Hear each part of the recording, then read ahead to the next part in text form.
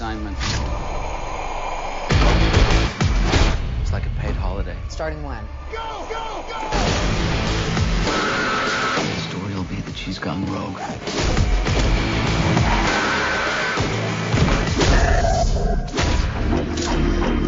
You can tell me right now why you sold me out, or you can tell me in 10 minutes when I have my hands around your throat.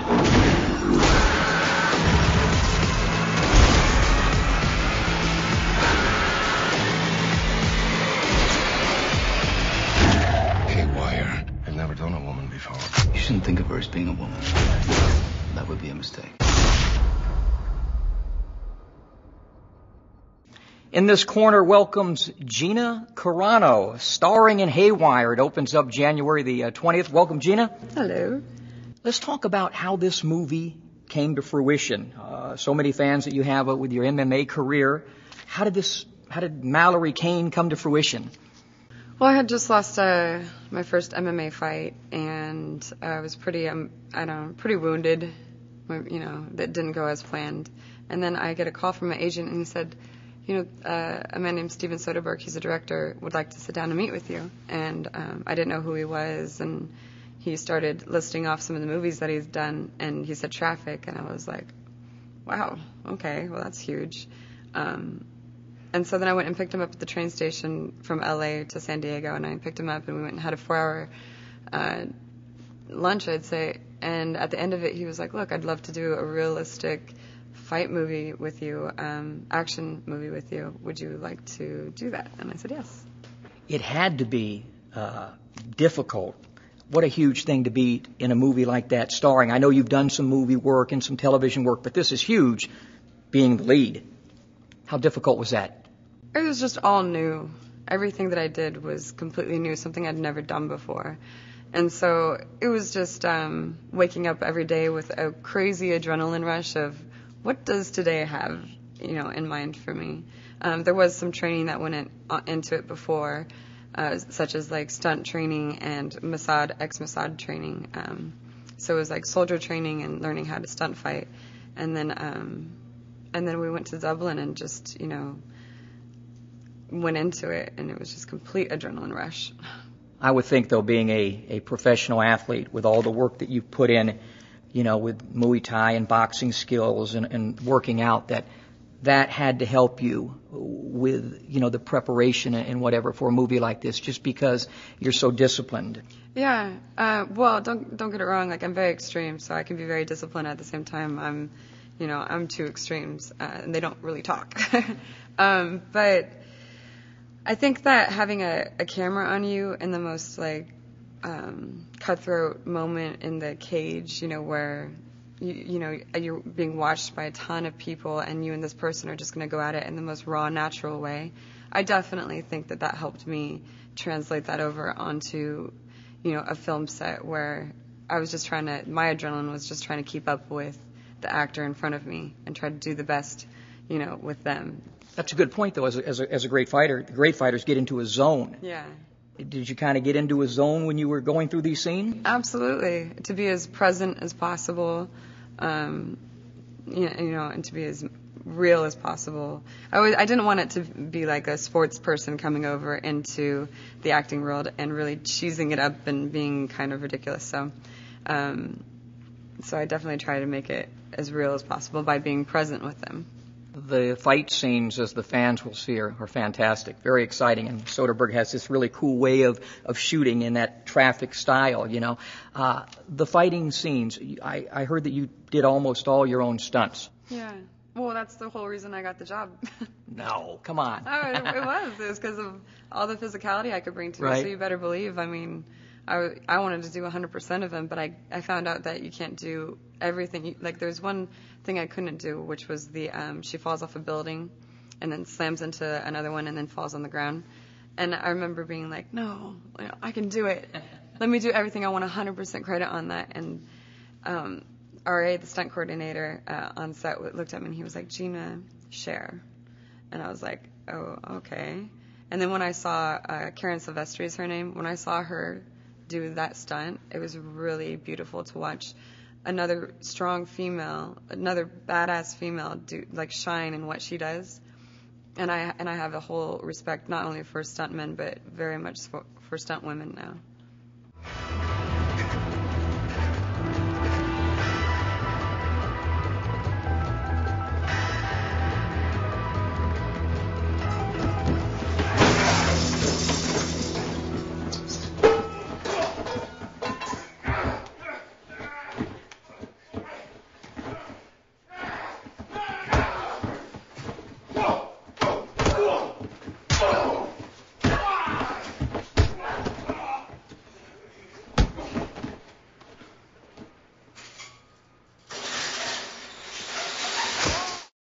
Did you help, because there were so many mixed martial arts moves within that, did you help with the choreography?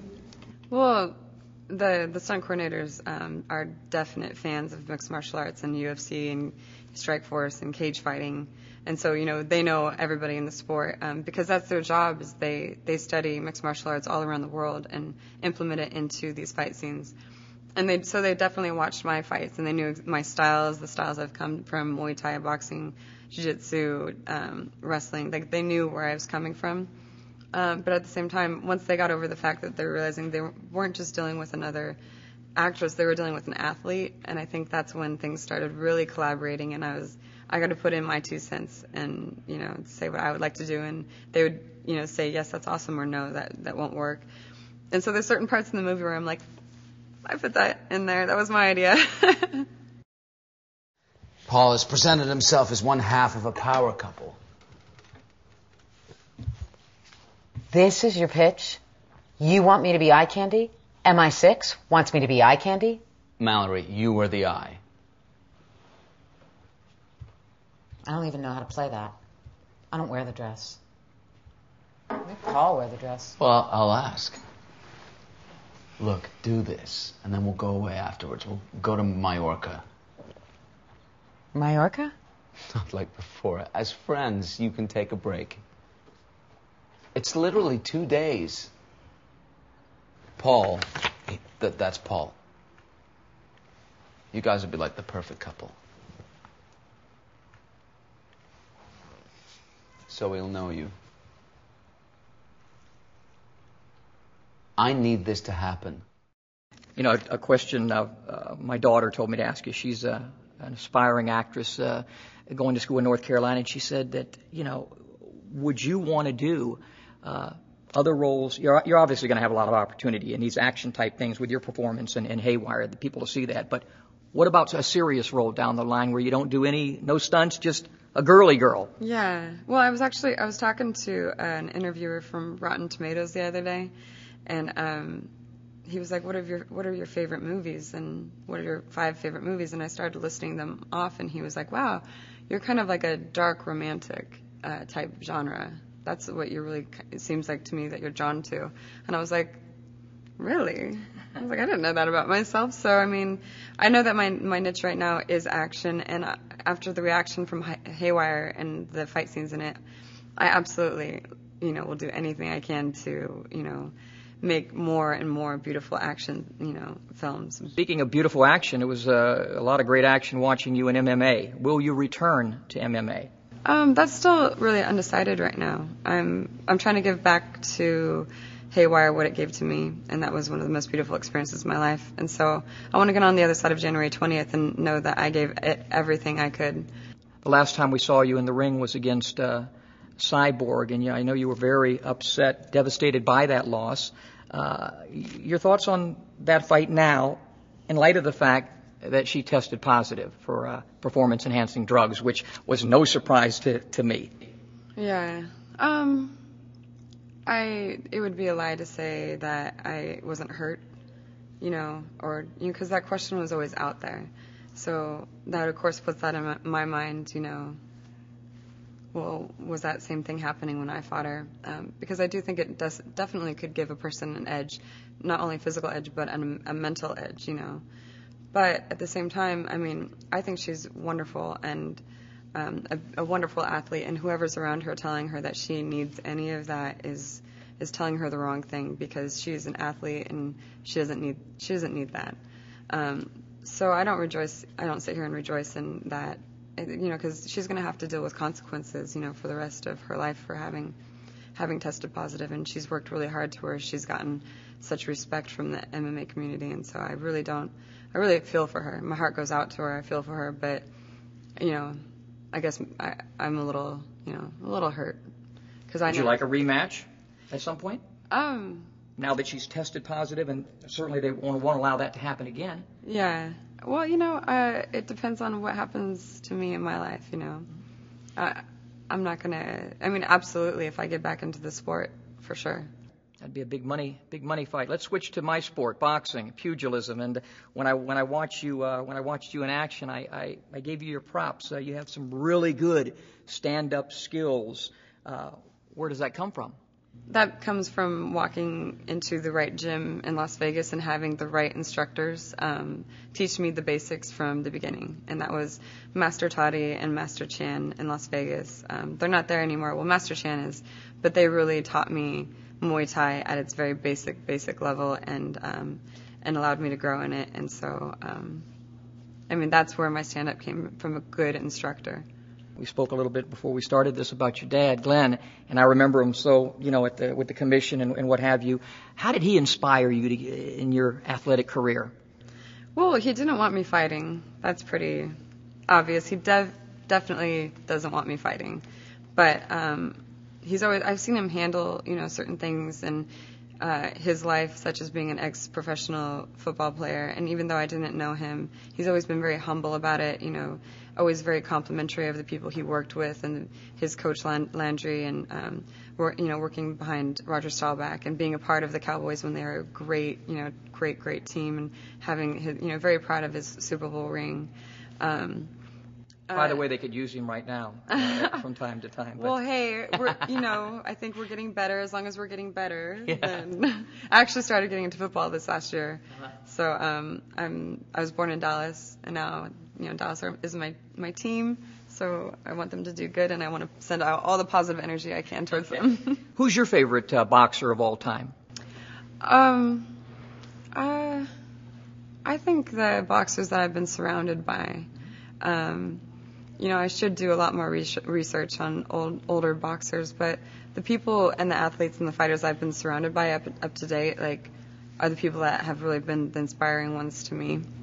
So all my training partners and all the people I've met in the sport, and all my coaches, those are the people that have inspired me. How much do you think your stand-up skills helped, create your great performances in MMA?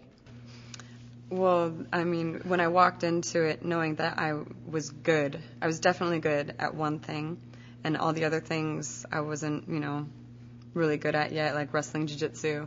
Hadn't really gotten good at that yet. So to have that one thing that I walked in good at, knowing I had experience in it, was an excellent crutch. And it gave me time to get better at the other, more ground style fighting.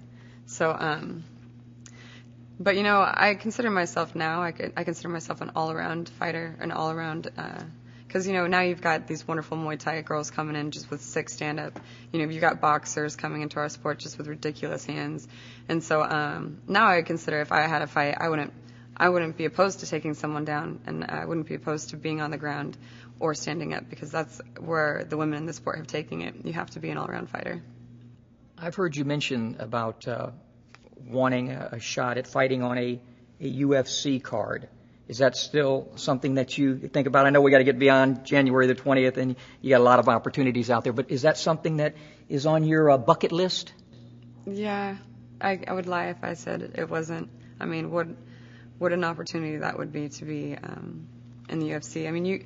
You go to these UFC fights, and no matter what, if you're male, female, whatever it is, that is the ultimate stage to perform on. That is the ultimate place to be. And yeah, that would be a definite beautiful thing. Have you had a conversation with Dana White about that? I've had conversations with him, but I haven't fought for 2 years. He called me in when Strikeforce, or when I believe it was Elite XC was going out of business, and we had a conversation then. And that's at the same time when he had WEC. But now he owns, the Fertitas and Dana own not only UFC but Strikeforce, and so So we'll see. I don't know. You know, it depends on, you know, after January 20th, and also depends on if they would ever be open to that. Did you ever think about fighting professionally as a boxer? No. I think that I'm definitely a full-bodied creature. As a female, I don't want to just have one thing to rely on. I want anything to rely on. I want to use my whole body to get out of any type of bad situation I can. And I think that's why MMA is good for females, is because, you know, we are full-bodied creatures. We're tricky. We're smart. We have to, because, you know, we've always been, you know, in the years up until now, and even now we're like a little bit weaker, you know, so we have to use our whole body to get out of a situation, which Do you feel like you're a role model for young ladies that'll potentially go into MMA? You know, it's always nice when somebody's inspired by your life. And if it helps them, you know, walking out of the movie and wanting to go join a gym, you know, or walking out of the movie and feeling good for a second, or for the girls that are more like me, you know, and feeling like they're not the only ones out there, you know, that's definitely a good feeling. But you never want to put people on pedestals, because they'll just disappoint you. So I want people to understand I'm still very much a human being. Well, I tell you what, you're off to a wonderful start with your acting career. You've done a great job already in MMA, and we wish you the best of luck, continued success. Check out Haywire, January the 20th. Gina, thanks for joining us on In This Corner. Thank you.